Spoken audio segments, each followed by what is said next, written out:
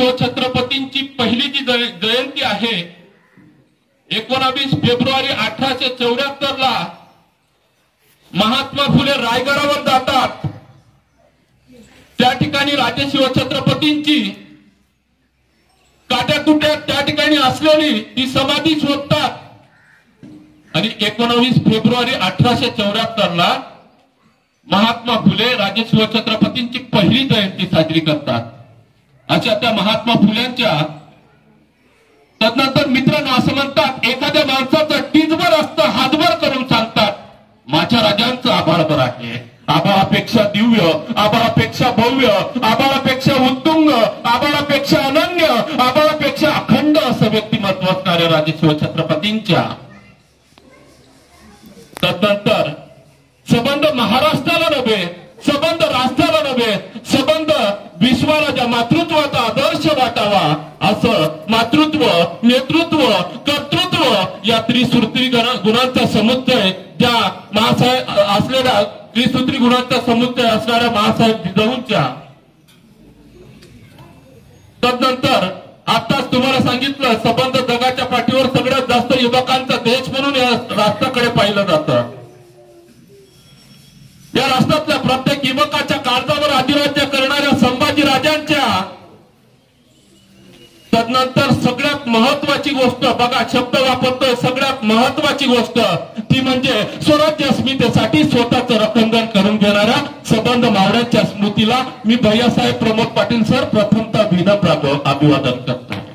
राज्याभिषेक सोहळा त्या ठिकाणी पार पडतो आणि अशा परिस्थितीमध्ये जेव्हा राज्याभिषेक सोहळा त्या ठिकाणी पार पडतो, तो पार पडल्यानंतर बघा हेनरी ऑक्झन नावाचा एक इंग्रज अधिकारी त्या ठिकाणी आलेला असतो आणि जेव्हा तो रायगडावर पार पडतो तेव्हा राजांची मिरवणूक काढली जाते, हत्तीवर मिरवणूक असते आणि त्या ठिकाणी त्या हेनरी ऑक्झनला प्रश्न पडतो की रायगड इतका अभेद्य आहे, इतका अभेद्य आहे की वर हवेला हवा वर जाऊ शकत नाही, पाणी खाली जाऊ शकत नाही, इतका अभेद्य हा किल्ला आहे आणि इथे हत्ती आलाच कसा। तर त्यावेळेला हेनरी ऑक्झनला लक्षात येतं, कोणीतरी मावळ्यांमधून सांगतं की जेव्हा हे हत्तीचं पिल्लू लहान होतं तेव्हा हे रायगडावर सोडलं होतं, हे रायगडावरच मोठं झालं आणि रायगडावरच याची हत्तीची मिरवणूक म्हणून या ठिकाणी काढली जाते आहे।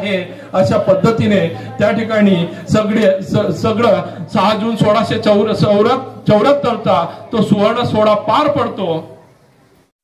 स्वारीवर जातात, जेव्हा ते स्वारीवर जातात तेव्हा हिरोजी इंदोलकरांना एक जबाबदारी त्या ठिकाणी दिली जाते, रायगड बांधायची जबाबदारी। प्रचंड श्रीमंत व्यक्तिमत्व असतं हिरोजी इंदोलकर, रायगड बांधायची जबाबदारी दिली जाते। राजे स्वारीवर जातात आणि जेव्हा राजे स्वारीवर जातात तेव्हा रायगड बांधायची जबाबदारी दिल्यानंतर हिरोजी इंदोलकर तो रायगड बांधायला सुरुवात करतात। रायगड अर्धा बांधला जातो आणि त्या ठिकाणी स्वराज्यातला जे पैसे असतात, जे नाणे असतात, जे सोनं असतं ते सगळं संपून जातं आणि जेव्हा ते संपून जातं तेव्हा हिरोजी इंदोलकर आपल्या गावाला जातात आणि गावाला गेल्यानंतर त्या ठिकाणी गेल्यानंतर ते स्वतःची जमीन विकतात, वाडा विकतात, सगळं विकतात, बायको पोरांसहित त्या ठिकाणी रायगडावर येतात, झोपडी बांधून राहतात आणि रायगडाचं बांधकाम त्या ठिकाणी त्या अभियंत्याने त्या ठिकाणी त्या रायगडाचं बांधकाम पूर्ण केलं जातं। राजे स्वारीवरून परत येतात, सगळं विचारलं जातं, सगळी पाहणी केली जाते आणि पाहणी केल्यानंतर जेव्हा राजांचा राज्याभिषेक सोहळा असतो त्या ठिकाणी बघा तुम्हाला सांगतो, राज्याभिषेक सोहळा असतो, 32 मनाचं सोनेरी सिंहासन बनवलं जातं। का बनवलं जातं तर 32 मनाचं सोनेरी सिंहासन बनवण्यामागचं एकमेव कारण असं आहे की मासाहेब जिजाऊंना राजे शिवछत्रपती सांगतात, हे स्वराज्य कुण्या एकट्याचं नाही, माझं नाही, तर या ठिकाणी ज्या लोकांनी स्वतःला झोकून दिलं, ज्या लोकांनी स्वतःला त्यागून दिलं, त्या संपन्न लोकांसाठी हे सोनेरी सिंहासन 32 मनाचं बनवायचं आहे, जेणेकरून ही सगळी लोक त्या ठिकाणी बसू शकतील आणि या सगळ्यांचा राज्याभिषेक सोहळा त्या ठिकाणी पार पडेल। वीर भगतसिंगांनी, विदा सावरकरांनी, या संबंध लोकांनी, संबंध महामानवांनी, संबंध संतांनी, संबंध क्रांतिकारकांनी विचार केला असता की मला काय मिळणार आहे। तर मित्रांनो कधीतरी विचार करा की राजे शिवछत्रपतींनी विचार केला असता की मला काय मिळणार आहे, तर आपण कुठे राहिलो असतो, आपल्याला आपली परिस्थिती काय राहिली असती। मध्ये ही संबंध महामानव जन्माला आली आणि या राष्ट्राला, या राष्ट्राच्या उन्नतीसाठी, या राष्ट्राच्या प्रगतीसाठी या सबंध महामानवांनी स्वतःला झोकून दिलं, स्वतःला त्यागून दिलं, स्वतःचं समर्पण करून दिलं. म्हणून कदाचित मी नेहमी सांगतो, म्हणून यांच्या जयंत्या पुण्यतिथ्या साजऱ्या.